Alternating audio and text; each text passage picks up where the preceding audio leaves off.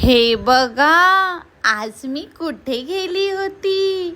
नमस्ते श्री स्वामी समर्थ. या नवऱ्या लोकांचं कसं असतं माहिती आहे तुम्हाला? कुठे जायचं बोललं की टायमात रेडी व्हायला बोलतात. असं कसं होणार? किती कामं असतात घरात. ह्यांना काय फक्त कपडे घातले रेडी होतात लगेच. पण बायकांचं तसं नसतं ना. जेवण वगैरे करून कुठे पण जावं लागतं. माझा नवरा कुठे फिरायला नेतोय ना, ह्याच गोष्टीने मला 1 तास टेन्शन असतं की हा आता चिडचिड करत असणार. कंटिन्यू बोलत असो, चल चल चल चल. त्याचं एवढं मोठं लेक्चर चालू होतं ना, तू कुठेच टायमावर जात नाही, तू नेहमी उशीरच करते. मी त्याला नेहमी एकच बोलते, सगळीकडे टायमावर जाणं गरजेचं नसतं. कधी कधी कुठे लेट पण गेल्यावर मज्जा येते.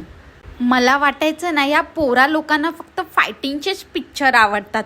पण आज मला कळलं की माझ्या नवऱ्याला रोमॅन्टिक पिक्चर पण आवडतात. जो पोरगा फोटो काढायला पण लाजायचा, तो माझ्यासोबत राहून रोमॅन्टिक झालाय. अरे वा.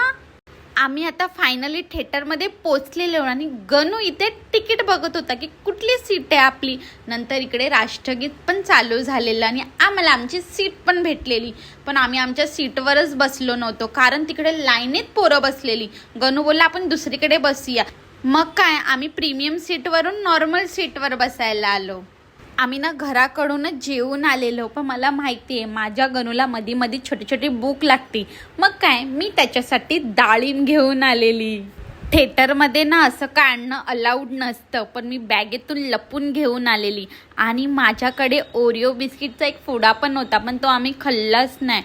इथे झालेला आता इंटरवलचा टाईम आणि आम्ही गेलेलो फ्रेश व्हायला. हा गणू बघा बाहेर इथे नुसता मोबाईलमध्ये असतो. हा पोरगा कुठे जाऊ जाऊ तिकडे मोबाईलमध्येच असतो. मला एवढा राग येतो ना. हा माझ्यासोबत एन्जॉय करायला येतो की मोबाईल बघायला येतो, मला हेच कळत नाही. तेच मी कधी मोबाईलवर असली तर लगेच मला ओरडतो. मी गणूला बोलली, तू आता मोबाईल यूज करू नको, आपण फोटो आणि व्हिडिओ काढूया. मग आम्ही फोटो आणि व्हिडिओ काढून गेलो परत मूव्ही बघायला. ही मूव्ही मी तुम्हाला सांगू, त्या सय्यारा मूव्हीपेक्षा खूप पट्टीने चांगली होती. ह्या मूव्हीचं नाव होतं एक दिवानी की दिवानियत. आजपर्यंत मी जेवढ्या पण मूव्ही बघायला गेली आहे ना, गणूला कधीच नाही आवडली, पण ही मूव्ही गणूला खूप आवडली. मला फक्त या मूव्हीचं ना शेवट नाही आवडला. त्या लोकांनी ना हिरोला मारून टाकलं. असं नाही करायला पाहिजे होतं. मला असं वाटतं ना, लव्ह स्टोरी नेहमी हॅप्पी झाली पाहिजे. माझा नवरा आहे ना मला बाहेरचं खायला देत नाही, पण आज त्याच्याकडनं मस्का लावून मी हा चिकन फिंगर्स घेतले होते.